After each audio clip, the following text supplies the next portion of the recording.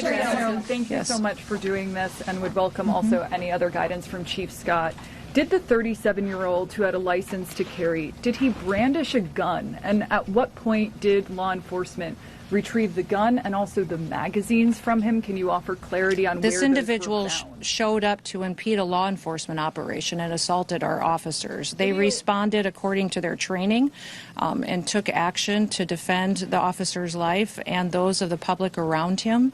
And I don't know of any peaceful protester that shows up with a gun and ammunition rather than a sign. This is a violent riot when you have someone showing up with weapons and are using them to assault law enforcement officers. Because video appears to show he's disarmed before shots are fired. So I just want clarity on that. And beyond that, I just want to follow up and ask who within the federal government is leading the criminal investigation, understanding that CBP OPR has opened up an internal investigation. And beyond that, why did federal agents tell Minneapolis Police Department to leave the scene? We're continuing to follow the exact same protocols that we always have. And so this investigation is ongoing. We're continuing to gather the facts as they unfold throughout that. And we'll do it just like we did under the entire Trump administration and previous administrations. Nothing has changed, and we'll continue to release details as we have them. But I want you to not distract away from the facts of this situation. Our law enforcement officers were there doing a targeted operation against an individual who was in this country illegally and had a criminal conviction for domestic assault with intent to do bodily harm and other convictions as well. This individual went and impeded their law enforcement operations, attacked those officers, had a weapon on him and multiple dozens of rounds of ammunition, wishing to inflict harm on these officers, coming brandishing like that and impeding their work that they were doing. We'll continue to allow that. Yes, here we go again. Few weeks ago, we were on this topic. What I have seen within the space of 2 days, I was unable to even report on what actually happened again. At some point, Libras are saying, oh, this was ICE's fault. This blame game just continue. I begin to ask these questions. If you are being entangled with law enforcement, why not just respect them and follow their instruction without resisting? If you don't do this, I don't believe something like this will happen. This is now what I see on social media. If you interfere with federal law enforcement agents doing their job and something bad happens to you, please do not ask the rest of us law-abiding citizens for sympathy. This is what I see on social media. Right now, we're seeing a giant cultural shift when it comes to politics.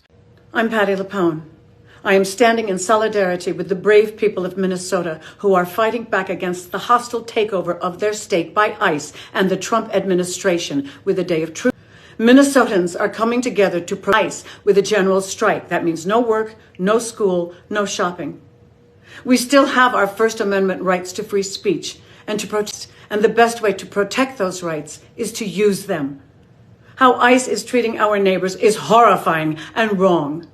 If you'd like to support our Minnesotan brothers and sisters, go to iceoutmn.com for more information. If you're in Minnesota, join the march tomorrow at 2 p.m. in the Commons downtown. I'm with you, Minnesota. We all are. What we're seeing currently is no longer Republican-Democrat. We're no longer seeing that. What we're starting to see currently at this present time is basically Americans and the left.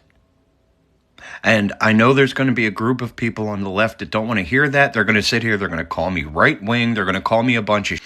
But the problem is, you've pushed people like myself that are independent registered voters so far away that we're never even going to look to the left again. Ever again. It would take a pipe dream in order for me to ever even look in the left's direction again. You guys have done everything you can to bastardize anything normal in this country. You've bastardized people having kids. You've bastardized straight couples. You've bastardized men and women wanting to stay in their separate bathrooms. You've bastardized people trying to keep education away from children. What the f with the left, bro? You've bastardized us wanting to keep the country safe. You've bastardized people being patriotic. You've bastardized people waving the American flag. You've bastardized being an American. How can I ever vote in your direction again? Country is hurting, and it's appalling. I'm appalled. I'm sickened. And we can't go another day just sort of accepting this as our new norm. It's outrageous. People are murdered. And I don't want to normalize seeing people on the internet, on film. It's hideous. And so if we can do anything out here to support the movement to cast ICE out, to delegitimize this unbelievably criminal organization, then that's what we should be doing. So I'm proud to wear the pin. And it's great to see people with your platform to speak out against that kind of. Yes, I saw Barack Obama releasing a statement about what happened recently. When you take a look at this, Barack and Michelle Obama released a strong worded joint statement Sunday, breaking their silence on the of Alex Bree, making one thing clear: this has to stop. Calling pretty passing a heartbreaking tragedy that should be a wake-up call to every American. The former president and first lady said, no matter what political party you align with, our collective core values as a nation are increasingly under assault. This is Barack Obama's statement with Michelle condemning what recently happened. At some point, I don't know, the outreach from the left is manufactured. That is according to a lot of people saying on social media. Most people would be horrified if they knew the real truth about the criminal ICE is targeting, but they don't because the media constantly lies and manipulate the narrative. Democratic politicians do the same thing. It's deeply wrong. At some point, like I said on my previous videos, these people actually don't even know the essence of what ICE is doing. Why can't they allow ICE to do their job peacefully without all this? Only in America, keeping the country safe is now a bigger problem. Like, I don't understand. When you take a look at the number of people coming out to do this, it's alarming. I have seen Hollywood celebrities like you have seen here, two of them coming out to, talk against ICE, some even advocating that ICE should be abolished. And now they are planning to demonstrate on the street to talk against ICE. This is exactly what, I've not seen before. Sometimes I begin to ask myself, do these people actually even know the essence of ICE? Because it's like some call it a criminal organization, some call it Trump personal army.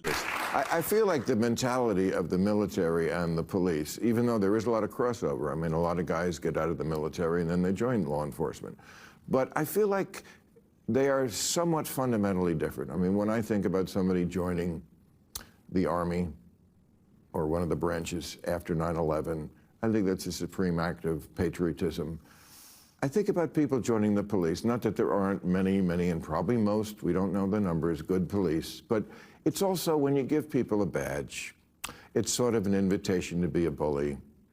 It's sort of like, okay, here's your license to be an ass. It looks like fundamentally they made the mistake here with the ICE people. It's our freedom. So it hurts me badly.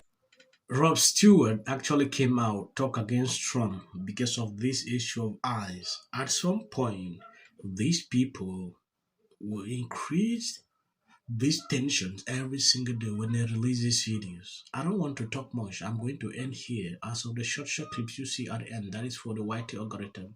Please share out the video. You can end here. It feels sometimes that there is no one watching. Normalize what's going on in this country right now. I love America. I love us. I love our communities, free speech, the Trevor Project. And my babies are upstairs watching. Y'all better be off them damn phones and watching me right now. Bill Maher, You give us so much, but I would love a little less. Just Best editing goes to the Justice Department. Thank you, everyone. I'm a little in shock about that. Maduro. Let your hatred and sit this one out. Well, these guys are peas, dude. And we 100. There you go. $1,500. Let's see if they get the. Well, I want to see it is them coming. get it. MAGA's going to break up because of Donald Trump's criticism of Robin. Can sit at either place. Thank you for coming. I really appreciate So you and your husband were friends with Rob and Michelle Reiner, and everybody knew that wasn't true. A dangerous relative as a likely suspect. A tip that led to her brother Nick.